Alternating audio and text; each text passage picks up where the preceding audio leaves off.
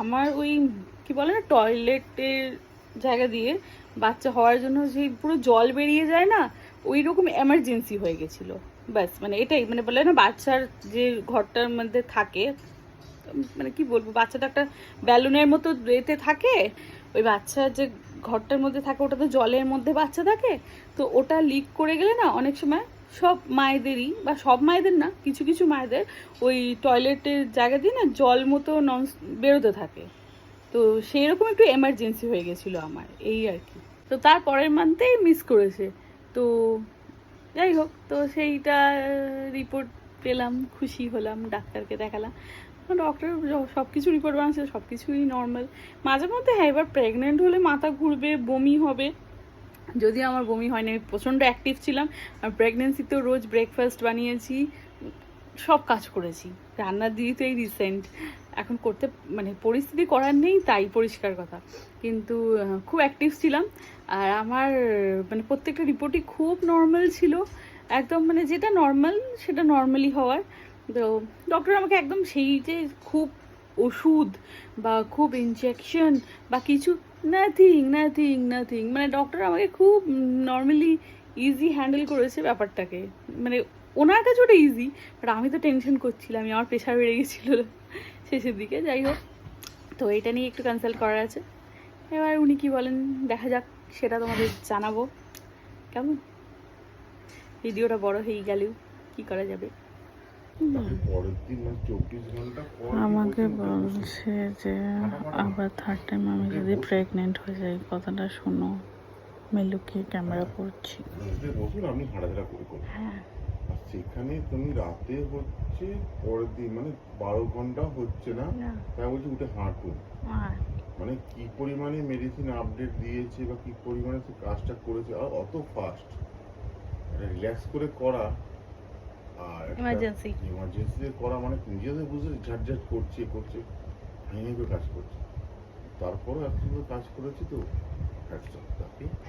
ডক্টরকে আর না বাকি প্রত্যেকটা যারা মানে পুরো টিমকে বন্ধু ভাবছিলাম এত উনি রুট বিহেভিয়ার করছে, এরাম ওরাও হানটান দেখেছি, মানে উনি খুব স্ট্রিক্টলি, মানে খুবই এই টাইপের, কিন্তু ওনার যে মেন পরিচয় কাজে না। কিন্তু এটাই যে থার্ড টাইম যদি প্রেগনেন্ট হয়ে যায় যদি হয়ে যায় তখন তাহলে কি হবে, এইটা জিজ্ঞেস করা তো উচিত।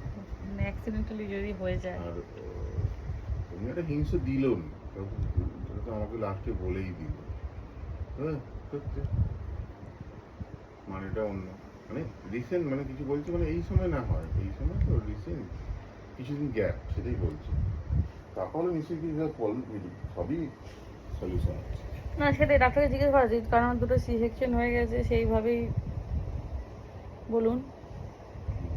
হতেই পারে, প্রেগনেন্ট মানুষ হয়ে যেতেই পারে, এটা তো কোনো মানে একসাথে একটা মানুষ থাকে।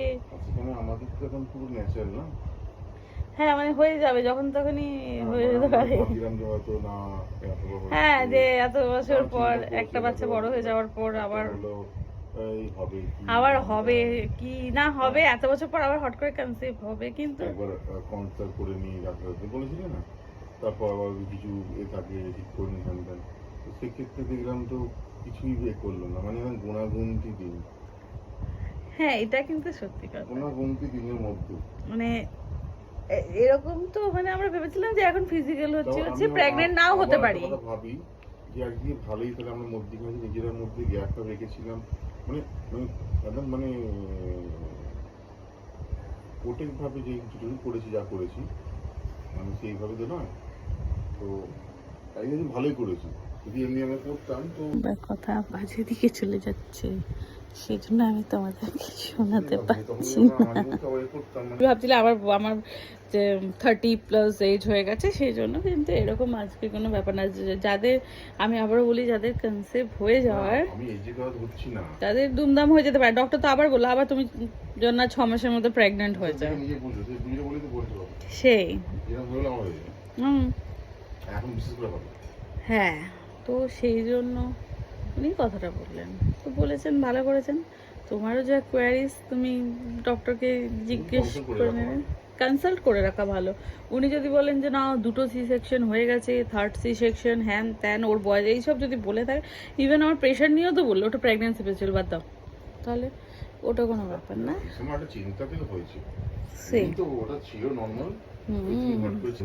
হ্যাঁ এমার্জেন্সি সেই চিন্তাটা করতে প্রেশারটা বেড়ে গেছে। না প্রেশারটা তার আগে দিয়ে একটু একটু বাড়ছিল, সে যাকে ভালো হয়েছে, একবার জিজ্ঞেস করে নেওয়া ভালো, সেই রকম ভেবে রাখা উচিত।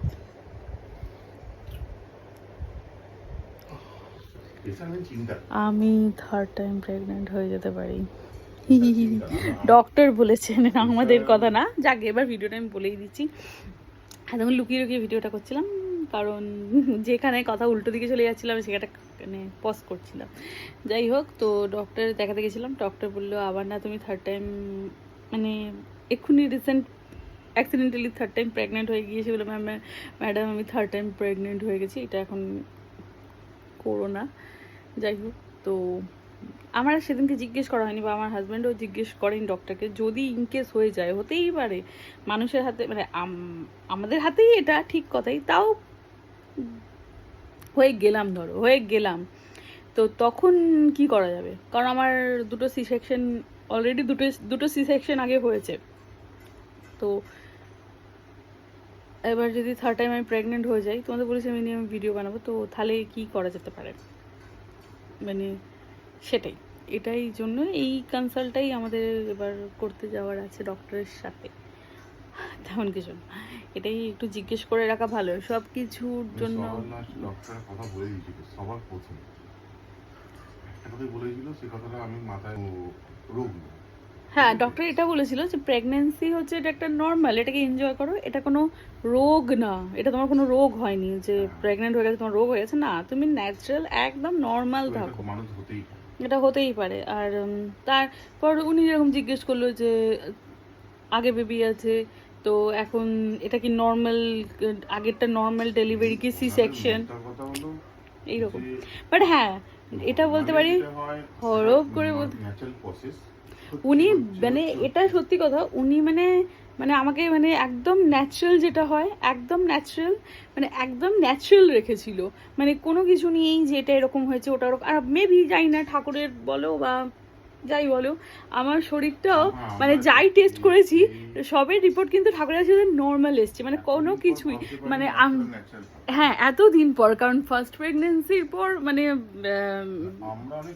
ফার্স্ট বেবির পর সেকেন্ড বেবি, যে আমার শরীর বলো বা যাই বলো সব কিছু যে এতটা নর্মাল থাকবে, সেটা মানে আমি নিজেই একটু মানে যাই রিপোর্ট বানিয়েছি, হ্যাঁ আমরা ভেবেছিলাম যে এত বছর পর হচ্ছে যে কনসেপ্ট হবে, মানে একটা যাই হোক, সত্যি কথা বলতে আমিও একদম বাচ্চা মেয়ে না, বা আমাদের রিসেন্ট বিয়ে হয়েছে তাও না, আমাদের অনেক বছর বিয়ে হয়ে গেছে প্রায়, আর আমার 30+, আর আমার বড় আমার থেকে বয়সে বড়, তো যাই হোক, তো তো সেই জায়গায় আমরা ভাবছিলাম যে একটা বেবি হয়ে গেছে, এত বছর পর আবার হট করে এরকম হবে, তো তাও আমরা নিজেদের মধ্যে একটা, খুব সত্যি কথা বলছি, একটা নিজেদের মধ্যে একটা প্রোটেকশন বা যাই বলো একটা ক্যারি করতাম আমরা মেন্টালি।